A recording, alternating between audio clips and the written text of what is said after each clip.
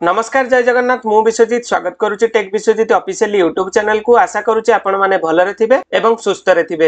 एई video माध्यम रे आमे बे आलोचना करिबा को जाउचे जे कि ओडिशा सरकारनकर गोटे नुवा योजना सेई योजनाटी होउची फीमेल काल्फ रियरिंग बा एफसीआर नाम रे एक प्रोजेक्ट जोटा कि अंडर मुख्यमंत्री कामधेनु प्रोजेक्ट रे आसुची। एई प्रोजेक्ट टी कोन ना जदी आपनको घरे माई बाछुरी अछि तो सरकार वर्तमान पई आपनको 1400 केजी रो दाना प्रोवाइड करिवे खाइबा पई एवं ता सहित 15,000 टंकार बीमा राशि मध्य सरकार से बाछुरी उपरे दउचंती। एही योजना रे किपरि आपण माने आवेदन करिवे एवं एहा पई कोन कोन योग्यता थिले बा डॉक्यूमेंट आपनको पाखे थिले आपण माने आवेदन करिवे केउठी आवेदन करिवे किपरि आवेदन करिवे एहा पर समस्त डाउट वर्तमान पई मु आपनकर क्लियर कर देबी। जदी आपनको घरे गोटे माई बाछुरी अछि तो ये योजना रे आपण माने अंतर्भुक्त हेबा नित्यांत आवश्यक एवं जरूरी एवं एई स्कीम टी लिमिटेड। जदी आपण ए वीडियो देखुचंती तो जल्दी जल्दी अप्लाई करि नेबे।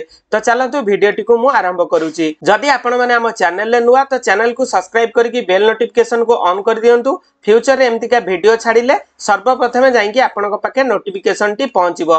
तो देखि नियंतु किछटा गाइडलाइन वर्तमान पे ऑब्जेक्टिव कोन कोन रहिछि। सर्वप्रथमे आसिला to enable the dairy farmer to protect and nourish female calves for better growth। यार भूमिका एवं गुरुत्व कोन रहिछि एई योजना को काहेकि सरकार बाहर करचंती ना एथिरे डेयरी फार्मर जो माने क्षीर दउथिबा फार्मर सेमानक पई किपरि तांकर जो नवजात फीमेल जो बाछुरीटी हेतिबो तार ग्रोथ पई सरकार मध्य चिंतितबद्ध। काहेकि चिंतित करूचंती ना जदी गोटिए बाछुरी माई बाछुरी बढ़िला से भविष्यत रे भारत रे एवं ओडिसा रे किपरि भाबरे क्षीर उत्पादन वृद्धि हेबो सेति पई सरकार आखि आगरे रखी एई योजनाटी को लॉन्च करिसंती। किपरि गोटिए चासी लाभवान हेबो ता सहित तार बाछुरीर जत्न को नै परिबो ता सहित सरकार मध्य ताकू सपोर्ट करूचंती। Provision for addicted health care in time deworming ता सहित तार स्वास्थ्यगत सेवा एवं स्वास्थ्य किपरि भल रहिबो सेति प्रति एलआई एवं आपनकर समस्त को लाइफ स्टॉक इंस्पेक्टर जे रहिले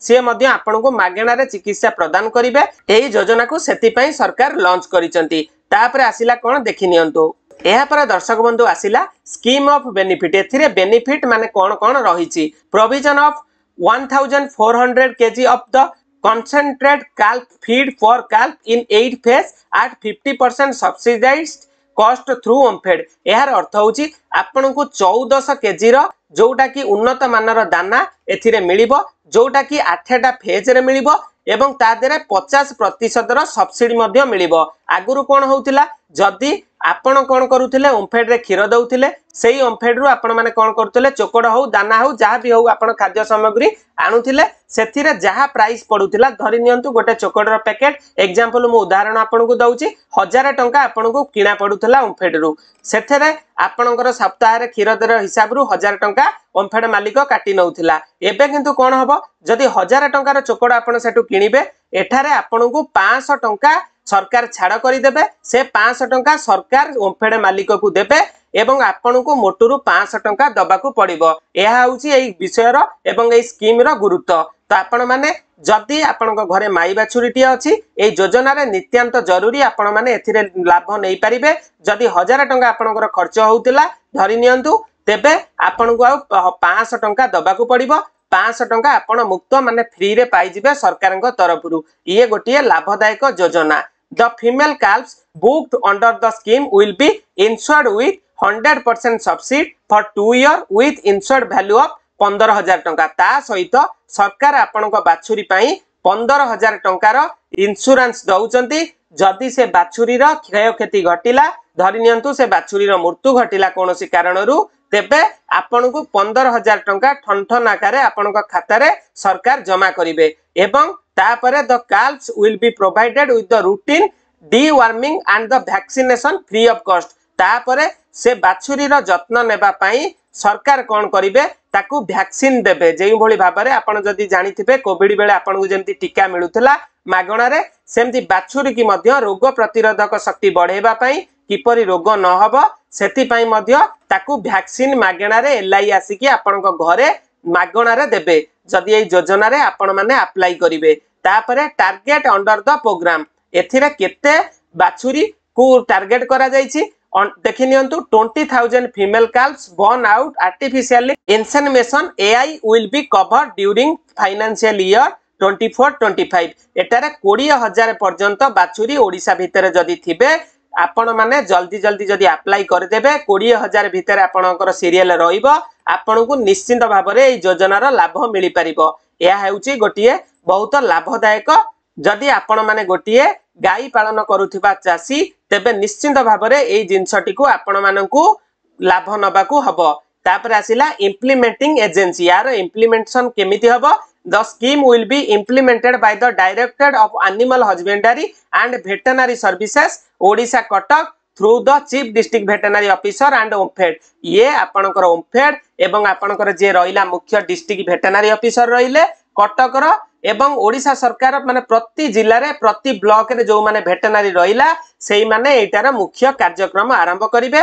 ता सहित ओमफेड वाला रो ओमफेड मालिकर मध्य भूमिका एथिरे रहिछि। ओमफेड मालिक आपन को कोन करिवो ना सिए गवर्नमेंट को कहिवो ना ये लोक आम पाखरे खीर दिए तार मध्य भूमिका गोटिए स्टेप रहुछि।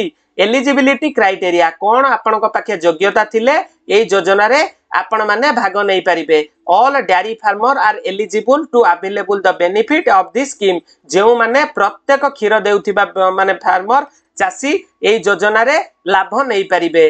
तापर आसिला 3 नंबर पॉइंट कोन ना preference should be given to ST SC PWD एवं woman transgender small and marginal farmer and MPCS member will selected beneficiary. यार अर्थ होउची जो माने एसटी रहिले एसटी कास्ट रो लोक एससी कास्ट रो लोक फिजिकली हैंडिकैप्ड माने शारीरिक जो माने रहिले दुर्बल एवं ओमैन रहिले स्त्री लोक रहिले एवं ट्रांसजेंडर माने जदि तृतीय लिंग थिबा लोक एवं ता सहित क्षुद्र एवं मध्यम धरणर चासी जो माने रहिले सेमानक पई एई योजना रे बेनिफिट करा जाईची। सेमाने मध्य जदि खीर दउथिबे एई योजना रे से लाभ नै परिबे।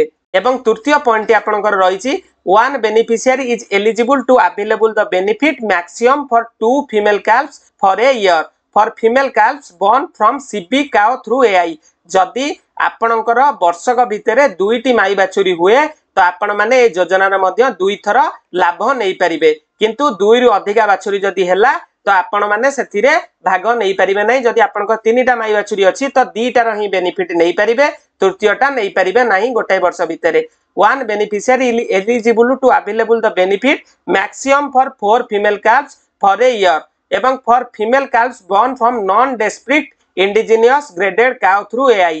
जदि 4टारु अधिका हुए मध्य आपण माने एथिरे भाग नै परिबे नाही। ता सहित जदि AI थ्रू रे आपणकर से फीमेल माई बाछुरीटी न होई थाए आर्टिफिशियली भाबरे तो आपण मध्य एथिरे बेनिफिट नै परिबे नाही। यहाँ पई कोन कोन डॉक्यूमेंट रो आवश्यकता रहिछि। Document required for the applying for scheme application form along with declaration annexure 1 एटा दीटा प्रकार रो आवेदन रहउछि। प्रथमटी होउछि ऑनलाइन प्रोसेस माने आपण जे कोनोसी जनसेवा केंद्र रे एटा आवेदन करि परिबे। आवेदन करिया पई आपणकर डॉक्यूमेंट होउछि कृषक ओडिशा निश्चित भाव में आपणकर पंजीकरण करुथिबे। द्वितीयटी होउछि आपणकर आधार कार्ड एवं जेउ जगह रे आपणकर घर बारी पट्टा अछि पट्टार गोटे कॉपी एवं एतिकी थिले आ गोटे पासपोर्ट फोटो थिले आपण माने आवेदन करि परिबे। जदि आपण माने ऑनलाइन न जाई कि अप्लाई करिया को चाहुचंती गोटे फॉर्मेट अछि सेही फॉर्मेट एलआई को पाखरे अछि से फॉर्मेट रे आपण माने फिलअप करिकरी एलआई की देले लाइफ स्टॉक इंस्पेक्टर जे आपणकर अछि सिए आपणकर आवेदन करई देबे।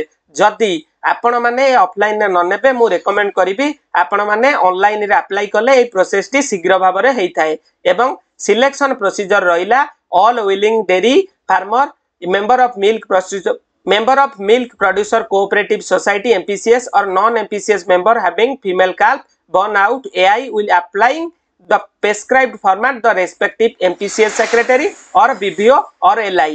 जहा मु कहली आपण माने चाहिले LI हो BBO होला ब्लॉक वेटरनरी ऑफिसर एमानक पाखरे मध्य आपण आवेदन करि परिबे। जदि आपण माने ए योजना रे भाग नेबे तो एतिकी सुविधा आपन को मिलिबो। एई बळी वीडियो देखिया पई हम चैनल सहित जोड़ी हेइ रुहंतु। जदि कोनोसी त्रुटि रहिला बुझी न पारले कमेंट करके जणांतु। रहउची जय जगन्नाथ जय हिंद।